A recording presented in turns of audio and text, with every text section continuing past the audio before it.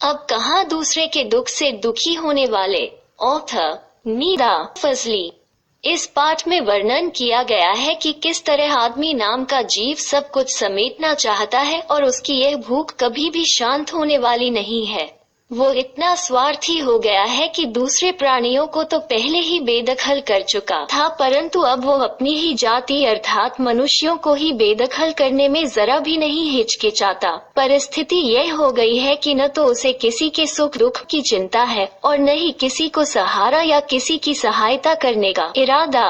It is described in this text that how a creature named man wants to cover everything and his hunger is never going to be satisfied. He has become so selfish that he had already evicted other living beings, but now he does not hesitate at all in evicting his own caste, i.e. human beings also. The situation has become such that neither he is concerned about anyone's happiness or sorrow, nor does he intend to shelter or help anyone. Before we move further, if you are new here, please subscribe to the channel and press the bell icon to get notification of new lessons and MCQs. If you like the content we make, please like the video by giving it a thumbs up and share the video with your friends and classmates.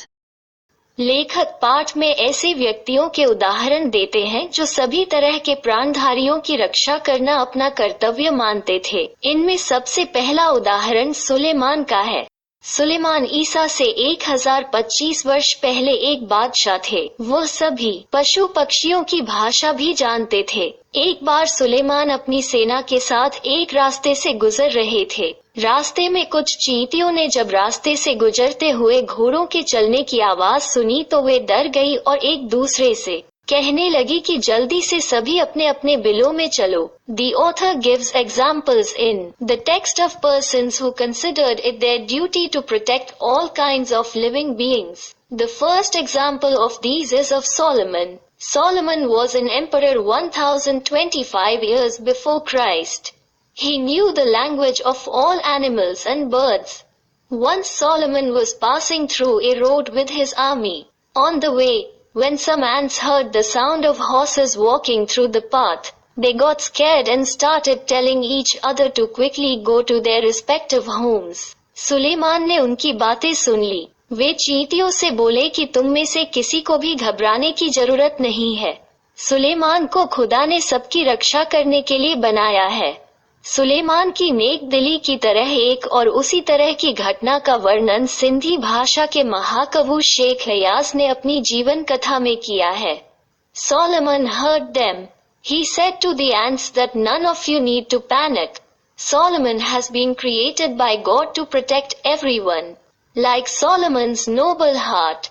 Another similar incident has been described by the great poet of Sindhi language, Sheikh Ayaz in his biography. एक दिन शेख हयास के पिता कुएं से नहाकर लौटे। अभी उनके पिता ने रोटी का पहला टुकड़ा तोड़ा ही था कि उनकी नजर उनके बाजू पर धीरे धीरे चलते हुए एक काले च्योटे पर पड़ी। जैसे ही उन्होंने कीड़े को देखा वे भोजन छोड़कर खड़े हो गए। इस पर माँ ने पूछा कि क्या भोजन अच्छा नहीं लगा? इस पर शेख हयास के पिता ने जवाब दिया कि ऐसी कोई बात नहीं है। उन्होंने एक घर वाले को बेघर कर दिया है, वे उसी को उसके घर यानी कुएं के पास छोड़ने जा रहे हैं। One day Sheikh Ayaz's father returned from the well after taking a bath. His father had just broken the first piece of bread when his eyes fell on a black ant walking slowly on his arm. As soon as he saw the ant, he stood up leaving his food.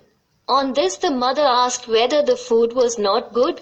To this Sheikh Ayaz's father replied that it is not so. He had made a person homeless, and he was going to return him near his house, that is, near the well. Bible और जितने भी दूसरे पवित्र ग्रंथ हैं उनमें नूह नाम के एक ईश्वर के संदेशवाहक का वर्णन मिलता है। उनका असली नाम नूह नहीं था, उनका नाम लश्कर था। लेकिन अरब के लोग उनको इस नाम से याद करते हैं क्योंकि वे सारी उम्र रोते रहे अर्थात दूसरों के दुख में दुखी रहते थे। In the Bible and all other holy texts, there is a description of a messenger of God named Noah. His real name was not Noah, his name was Lashkar, but the people of Arabia remember him by this name because he cried all his life, was sad in the sorrow of others. लेखक कहता है कि जब पृथ्वी अस्तित्व में आई थी, उस समय पूरा संसार एक परिवार की तरह रहा करता था, लेकिन अब इसके टुकड़े हो गए हैं और सभी एक दूसरे से दूर हो गए हैं। वातावरण में इतना अधिक बदलाव हो गया है कि गर्मी में बहुत अधिक गर्मी पड़ती है। बरसात का कोई निश्चित समय नहीं रह गया है। भूकंप, सैलाब, तूफान और रोज कोई न कोई नई बीमारियां न जाने और क्या क्या, ये सब मानव द्वारा किए गए प्रकृति के साथ छेड़छाड़ का नतीजा है। The author says that when the earth came into existence, at that time the whole world used to live like a family, but now it has become fragmented and all are separated from each other. There has been so much change in the environment that there is a lot of heat in summer. There is no fixed time of rain. Earthquakes, floods, storms and new diseases are not known every day, and what? All this is done by human beings. It is the result of tampering with nature. कहा जाता है कि जो जितना बड़ा होता है उसको गुस्सा उतना ही कम आता है, परंतु जब आता है तो उनके गुस्से को कोई शांत नहीं कर सकता। समुद्र के साथ भी वही हुआ। जब समुद्र को गुस्सा आया तो एक रात वो अपनी लहरों के ऊपर दौड़ता हुआ आया और 3 जहाजों को ऐसे उठाकर 3 दिशाओं में फेंक दिया जैसे कोई किसी बच्चे की गेंद को उठाकर फेंकता है। It is said that the older the person gets, the less he gets angry, but when it comes, no one can calm his anger. The same thing happened to the sea when the sea got angry. So one night it came running over with its waves and lifted 3 ships and threw them in 3 directions like someone picks up a child's ball and throws it. लेखक कहता है कि बचपन में उनकी माँ हमेशा कहती थी कि शाम के समय पेड़ों से पत्ते नहीं तोड़ने चाहिए, क्योंकि उस समय यदि पत्ते तोड़ोगे तो पेड़ रोते हैं। पूजा के समय फूलों को नहीं तोड़ना चाहिए, क्योंकि उस समय फूलों को तोड़ने पर फूल श्राप देते हैं। नदी पर जाओ तो उसे नमस्कार करनी चाहिए, वो खुश हो जाती है। कभी भी कबूतरों और मुर्गों को परेशान नहीं करना चाहिए। The author says that in childhood his mother always used to say that trees should not be plucked in the evening because if you pluck the leaves at that time, the trees cry. Flowers should not be plucked at the time of worship because flowers curse when they are plucked. If you go to the river, you should greet her with a namaste. She becomes happy. Pigeons and chickens should never be disturbed. Gwalior में लेखक का एक मकान था। उस मकान के बरामदे में 2 रोशनदान थे। उन रोशनदानों में कबूतर के एक जोड़े ने अपना घोंसला बना रखा था। बिल्ली ने जब कबूतर के एक अंडे को तोड़ दिया तो लेखक की माँ ने स्टूल पर चढ़कर दूसरे अंडे को बचाने की कोशिश की, परंतु इस कोशिश में दूसरा अंडा लेखक की माँ के हाथ से छूट गया और टूट गया। The writer had a house in Gwalior. In the veranda of that house there were 2 skylights, ventilators. A pair of pigeons had made their nest in those skylights. When the cat broke one of the pigeon's eggs, the author's mother climbed on the stool and tried to save the other egg. But in this attempt the second egg accidentally fell from the hand of the writer's mother and broke. कबूतरों की आंखों में उनके बच्चों से बिछुड़ने का दुख देखकर लेखक की माँ की आंखों में आंसू आ गए। इस पाप को खुदा से माफ कराने के लिए लेखक की माँ ने पूरे दिन का उपवास रखा। अब लेखक समय के साथ मनुष्यों की बदलती भावनाओं के लिए एक उदाहरण देते हैं। 2 कबूतरों ने लेखक के फ्लैट में एक ऊंचे स्थान पर अपने घोंसला बना रखा था। उनके बच्चे अभी छोटे थे। उनके पालन पोषण की जिम्मेवारी उन बड़े कबूतरों की थी।